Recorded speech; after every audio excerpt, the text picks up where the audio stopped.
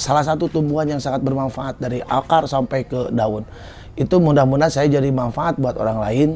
Satu itu. Kedua, saung itu kan tempat berteduh ya. Kalau bahasa Sunda itu kan tempat berteduh. Berteduh itu kan ketika ada hujan, panas dan sebagainya, kita bisa berteduh di saung. Nah, makanya mudah-mudahan saya jadi bermanfaat buat masyarakat, menaungi para UMKM yang ada di daerah saya gitu. Mudah-mudahan menjadi inspirasi ya buat masyarakat sekitar saya, teman-teman saya, saudara-saudara saya.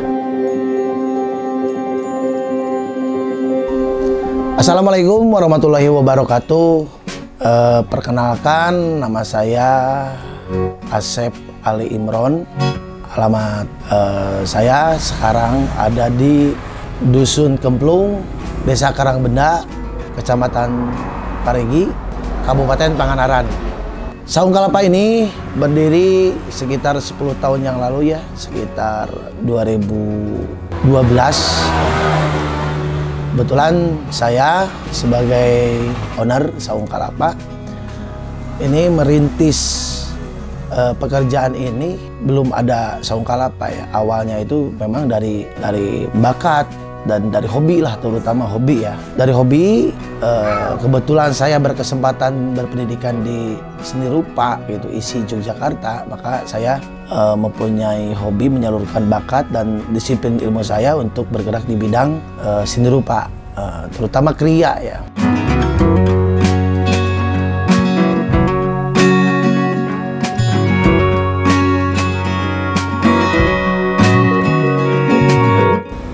Setelah kepulangan dari ini ya, dari kota, saya bekerja pernah di Indofood dulu itu ya, pekerjaan saya.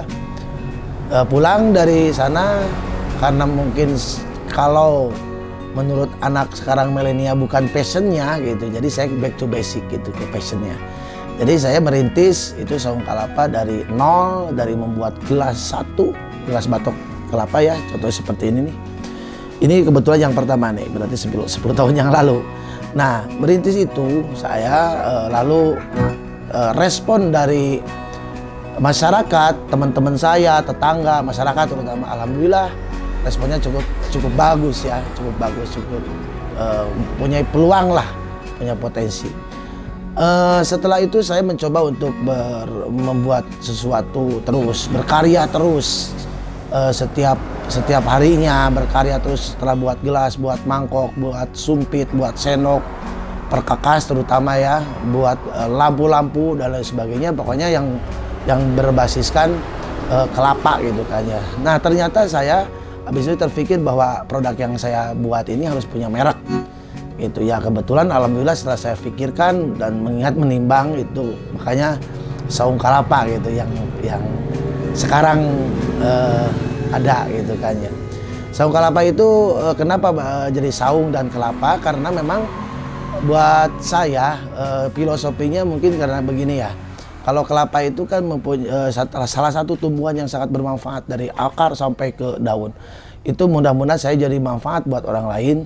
Satu itu. Kedua, saung itu kan tempat berteduh ya. Kalau bahasa Sunda itu kan tempat berteduh. Berteduh itu kan ketika ada hujan, panas dan sebagainya, kita bisa berteduh di saung. Nah, makanya mudah-mudahan saya jadi bermanfaat buat masyarakat, menaungi para UMKM yang ada di daerah saya gitu. Mudah-mudahan menjadi inspirasi ya buat masyarakat sekitar saya, teman-teman saya, saudara-saudara saya. Adapun Saung Kalapa ini banyak sekali ya pencapaiannya, alhamdulillah gitu, saya bersyukur. Pencapaiannya kita sering mengadain ya, ikut pameran-pameran yang ada di di wilayah desa, di wilayah kecamatan, kabupaten, provinsi, baik nasional. Sempat juga mendapat predikat produk terbaik tingkat provinsi. Terus bekerja ya untuk berkarya dan berkreasi, tidak pernah berhenti, sehingga banyak, alhamdulillah ya, sampai saat ini banyak peminat yang tidak hanya di wilayah sekitar, ternyata tingkat nasional, bahkan sekarang saya pencapaiannya sampai sudah menjual ke beberapa negara gitu, ke Eropa, ke Switzerland ya, ke Swiss, terus lagi ke Jerman, terus ke Belanda. Kalau nggak salah dulu sempat ke Malaysia, tapi belum belum continue. Nah, sekarang continue itu ke Eropa. Jadi perjuangan itu memang kita tidak hanya di saya pribadi ya, tidak hanya cukup di tingkat wilayah sekitar, tapi saya juga mencoba untuk terus-terusan bagaimana bisa menjual produk ini sampai ke mancanegara gitu kan.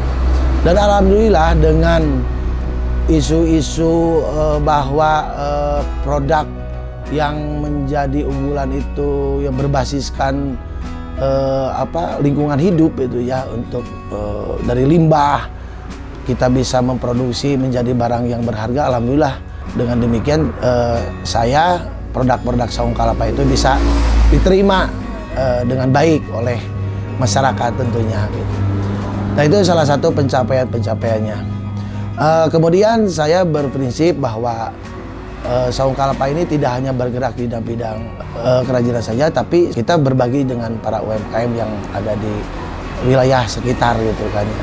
Saya juga sering diundang untuk menjadi narasumber buat para pengrajin baru gitu kan ya, terutama di desa, di wilayah kecamatan, kabupaten. Mungkin mudah-mudahan ini bisa menjadi manfaat buat masyarakat dan bisa memberikan energi baru atau memberikan inspirasi lah gitu buat masyarakat ke depannya, terutama milenial ya. Milenial bahwa kita itu bekerja tidak hanya berpikir ke profit oriented ya, tapi kita berpikir bagaimana caranya kita bisa berkarya. Proses kreatif ini tidak harus mahal, tapi bagaimana kita menempatkan sesuatu pada tempatnya supaya bisa karya tersebut itu bernilai lah gitu. Intinya seperti itu. Makanya saya punya tekad bahwa ini harus harus dikembangkan dan dipertahankan tentunya gitu, dengan catatan kualitas, kontinuitas gitu, dan produktivitasnya lebih diperhatikan.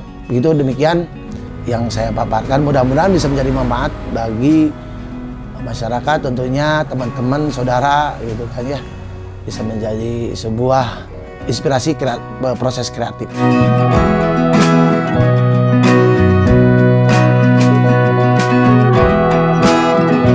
Ada beberapa contoh yang akan saya sampaikan, produksi hasil dari saung kalapa ya, terutama yang perkakas ya, alat-alat kebutuhan rumah tangga, seperti contohnya ini nih, yang banyak diminati lah.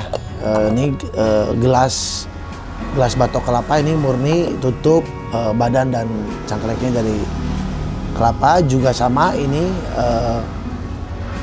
tekonya juga dari full batok kelapa. Dan ada beberapa lagi ini yang ininya seperti mangkok, ada sendok ya. Ini sendok juga beberapa jenis, ada sendoknya, ada mangkoknya, juga ada ini sumpit nih. Ya, kebetulan ini pernah saya ngirim ke Jepang ya dulu, diminati banget ini sama orang Jepang. Lalu ada tempat ini ya, ada tempat penyimpanan, ini bisa jadi vas bunga juga, ada tempat penyimpanan pulpen dan lain sebagainya, bagus untuk di kantor ya, untuk meja kantor bagus. Dan ada juga aksesoris ya, aksesoris yang banyak diminati oleh Eropa ya. Ini lilin terapi ya, nanti di dalamnya ada lilin, nanti cahaya keluar jadi estetik ya. Ada beberapa jenis. Yang ini ada 25 jenisan, 25 model. Tempat penyimpanan pulpen atau penghapus atau tipek dan lain sebagainya untuk di meja kantor juga.